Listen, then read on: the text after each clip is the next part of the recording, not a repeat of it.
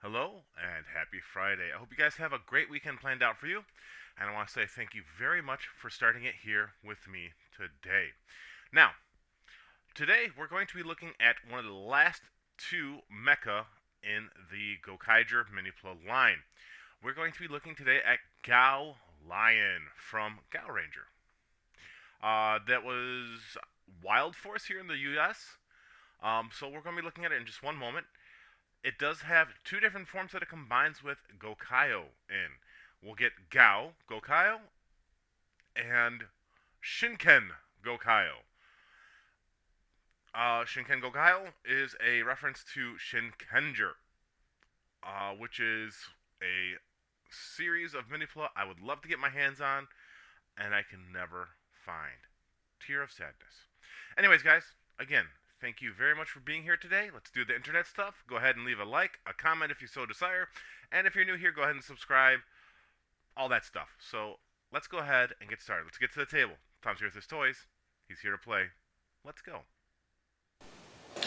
Hi guys. So there we go. So as you can see, nothing too major changed about Gokai-Oh. He's actually ready to go for our next transformation. It doesn't involve us opening any things like that. So who does he combine with this way? Well, we saw last week, you can kind of see him in the back. We got Gyojujin, we got Fumaru, we've got Maji Dragon, and we've got the Pat Striker.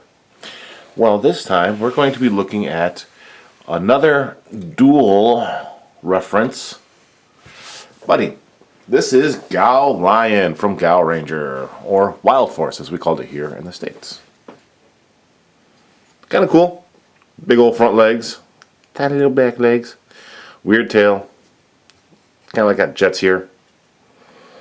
The mouth does open, but it reveals something for his other transformation. You can do the whole, I don't remember what it was called, but basically like a powered up mode where it reveals the, not supposed to open that far I guess, where it reveals the like energy inside there. It's kind of cool. No articulation besides the feet. That's it. That's all the articulation.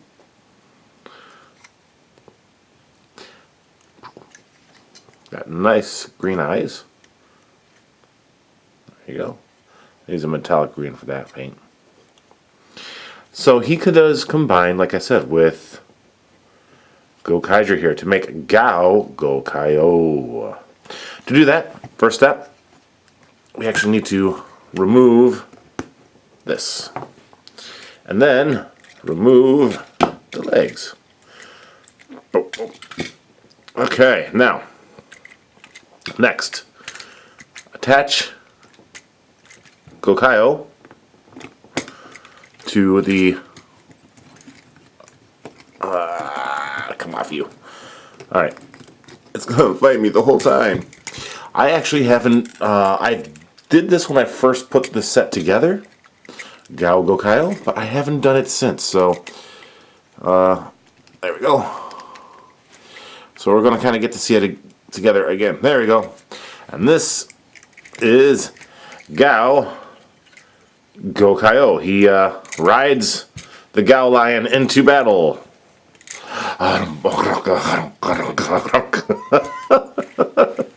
This is such a ridiculous combination. He's wearing a lion as pants. I love it. Pants lion. Alright, so then what you do with this is we're going to take and clip that in there. And then we clip this one in down here. Like that. Sorry, you didn't even see. Clip it in on the bottom. Clip it in there. And this does separate so that you can stick it in his hand. Like so. And then hook it back together. Like that. There you go. And that's the weapon he uses. Got a big old dual-sided, I guess it's kind of like a nagatana, I guess. I don't know what you would call it, but that's his weapon that he rides into kill enemies with. Right? Now, That's it for this combination. For the Gaon Gokai-Oh. That's Gaon Gokai-Oh right there. Everything. All done. But, as I said, he does have another combination. He has Shinken Gokai-Oh, where, we need to just take these out of his hand, make it easier for me, where he will combine with Gaon Lion, who will then also take on the appearance of Shinken-Oh from Shinkenger, or as we called it, Power Ranger Samurai. So, remove the hat. We need to open up the ports here on this one. So, there we go, there we go. Open. Open. Like so. And we need to remove the chest, which I just, there it is, hit the camera with. Alright, and he is set to go for Gokai-Oh. Next step, we need to actually remove the back legs, like that. We need to separate this piece. So we need to separate these legs, like that. And then flip down this, and that will reveal two of the Shinkenger symbols there. Separate the lion from this piece here, and then flip this up. Stick the lion head into the chest, like so. Then you open up the mouth, and we got the fire symbol for Shinkenger. And then what we need to do is these will fold up like so, and then open up this piece like that, and then plug it into the arm. So pink goes on this side like that, and this will be yellow, and yellow will go on the other side like this. There we go. And we are almost finished. Now, I don't mind the legs or the chest. I wish that the arms could have been a little different, that they would have sat a little closer. That is, this one, this is the major detriment to the minipla, is that it doesn't sit inside the arm, and it sticks out so far. And this is the one time that it really is a detriment, because it looks so much nicer on the DX toy with them all the way in. It looks more, I don't know, I just find it looks a little more believable in a sense. Anyways, so the tail, what we're going to do is the horns will actually, if I can separate them, there we go, we'll spread open. Where'd it go? Right here. And we've got the Shinkenger helmet, or Shinken-Oh helmet, and he'll wear it like so. So we're just going to slip it over where he would have worn the other hat, if I can get it on. There we go. There. And this is Shinken Gokai-Oh. Like I said, if it wasn't for these sticking out so far, I think this would probably be one of my favorites. And a lot of that is due to the fact that I really like the Shinkenger mecha. It is one of the ones, like I keep saying, it's one of the ones that I look out for all the time for minipla at a decent price. It is one of the few that I cannot seem to find at a decent price because it is a favorite of a lot of people, and it's hard to get a complete set for. Anyways, so this was the tail. What we can do with the tail is spread it open and close it up, and then we want to take and swing this. Come on, you. Swing, swing, swing low, sweet chariot. No, this piece needs to come out. There we go. This comes out, and we've got the giant sword that Shinkenger used in the show, or at least a approximation of it. I like the little symbol here that ends up on there. Traced a lot of the other parts in like a little bit of black to make them pop out a little nicer. Give them like some lines. I thought it was necessary to make it look good. And he holds that just fine in the hand. Oh man, I said he holds it just there. Holds it just fine. There you go. And you can probably stick it in this hand look a little nicer. There we go. There you go. And it'll sit a little neater too. Yeah, so now he's got a giant sword. And of course you can give him this as well, you know. But yeah, this is Shinken Gokai-Oh.